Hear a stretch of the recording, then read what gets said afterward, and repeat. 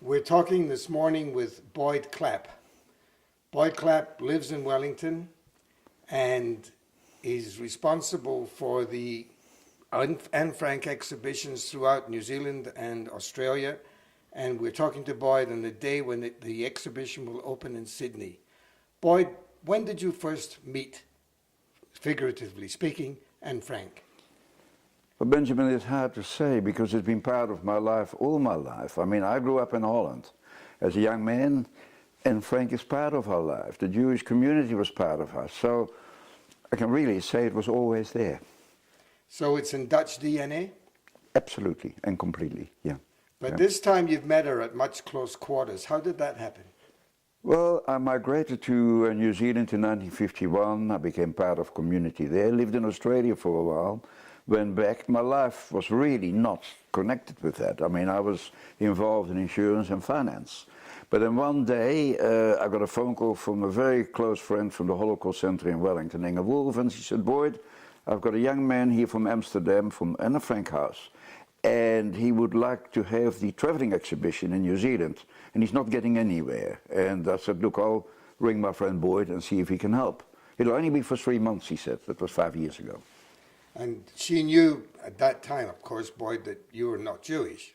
She knew that, yeah, she knew that, yeah. But you had a fair connection with Jewry even in Holland when you were a kid. All my life, Ben, all my life I've really been very close to the Jewish community. And of course when I grew up during the war years, our Jewish neighbors, the Goschalks and the Heiman, who was 12 I think, they were very close friends of my parents. And you know, during the war years when I was there, I was 13 when the war started, 18, so those are very formative years, and I was very much influenced by what happened. These people were picked up. Before they were picked up, the windows had Nazi signs on it, the windows were smashed, paint was put on the door, they were taken away and never came back. So that gave me that sort of, what on earth is going on? And then I met what was to be my wife, and when I got there, there was a sort of some secrecy. I saw an empty plate on the table. I didn't know what it was. It was a German Jew, Günther Rose, who was in hiding, and was in hiding until the end of the war and survived the war. But of course they didn't know, and it's another thing of dictatorship and of the Nazis, you didn't know who you could trust. When they trusted me, they could tell me. And there was another story that may be of interest really, that the neighbors to my wife, they had a Jewish pastry business. It shows you how much they were part of life where I lived in my small city. And when they had to report, when the mother had to report with her children, not knowing that they were going to a death camp, they thought they were going to a work camp, she offered her ring to my mother-in-law when my mother-in-law offered to take one of her children. Of course, she didn't want to her children to be somewhere else. She wanted the children to come with her. And that ring is it's the most valuable ring, not in money, but in feeling.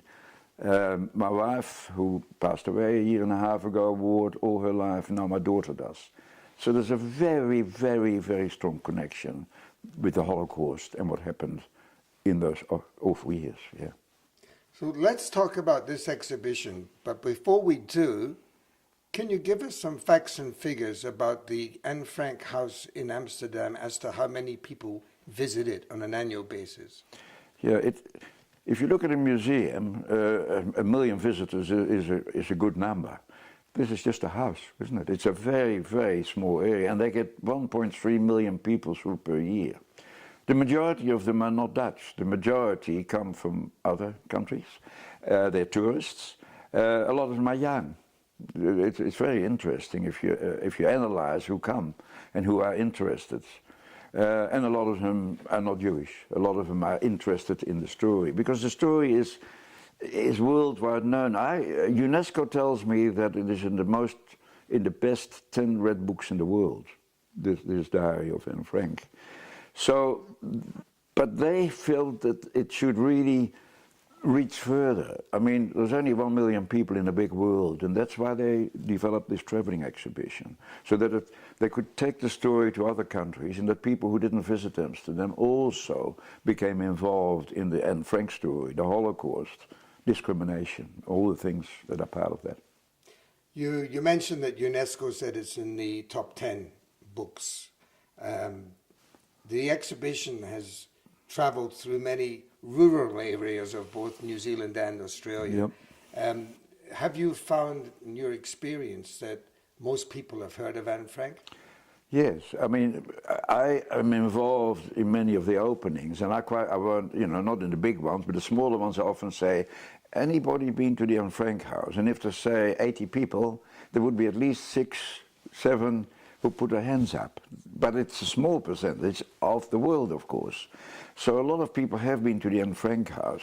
But the interesting thing about the regional ones, because we completed Victoria after starting in the Holocaust Museum in Melbourne, a Holocaust Centre, I should say, in Melbourne in February 2013, it's been amazing the number of people that come. Some small centre have 3,000 people going through it. You wouldn't know. Ballarat, of course, it was part of a bigger setup, but they had 30,000 people go through. And most of the museums, and the regional museums in particular, don't get this. It always goes to the big centres, but it's so important that you spread the message. And I can show people letters after the exhibition that they always say it has been the most amazing exhibition we have ever had. These are their words, not my words. Tell me a little bit about the exhibition. We don't want to give too much away because we want people to visit it. Is it utilizing modern technology? Not at this stage, but that's being considered at present. And I think that within the next couple of years you'll find probably a more interactive exhibition. But this exhibition is still very, very successful. How many have seen it altogether in New Zealand? 200,000, of which 550,000 children, which for a small country is a lot. It's a lot. And Victoria? So far 50,000, yeah, 50,000 in Victoria. And this is the first one in New South Wales? It starts in Sydney today, as you said, on the 6th of March. And it'll be there for 12 weeks, and then it travels through Griffith, Dubbo, Newcastle. The whole of 2014 is fully booked, which is amazing. And then in February next year, we start in Canberra. And there are already other bookings. In fact, it shows that we're going to be involved for a long time, because Fremantle wants to book now for 2017 for 12 weeks. Boyd, this started 5 years ago as a favour to the Holocaust Centre in Wellington. Yeah. And you're 87 years old now. Yeah. Don't tell everybody. Well, this is a secret that will definitely be edited out of this film. Okay.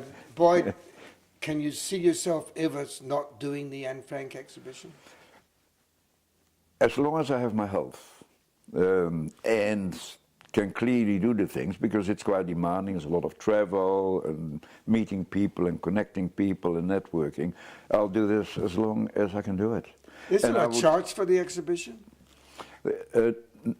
Some museums have a charge, some don't. We prefer not to have a charge. But if a museum normally has a charge, say for schools coming, then obviously they will charge those schools. But I find in the regional areas there's normally no charge. In the bigger centres there might be. Yeah. So who funds it? Well, I mean, what I had to do when we started in Australia, I formed a company, a charitable company, Anne Frank Australia Limited, a not-for-profit company. I've got a fantastic board, from a Jewish IT gentleman to a person from Ghana who knows about discrimination, a young lawyer, fantastic guy. And what we needed to do was, there were two things when you started, and that was 2 years ago when I did 1 year of investigating. Is there the appetite? Are museums interested? And where does the funding come from? So I had to raise the funding, and with some help, and I have a project manager who lives in Melbourne, who does most of the work between the museums, most of the contact with funders, supporters, sponsors, is more or less the chairman's responsibility, yeah.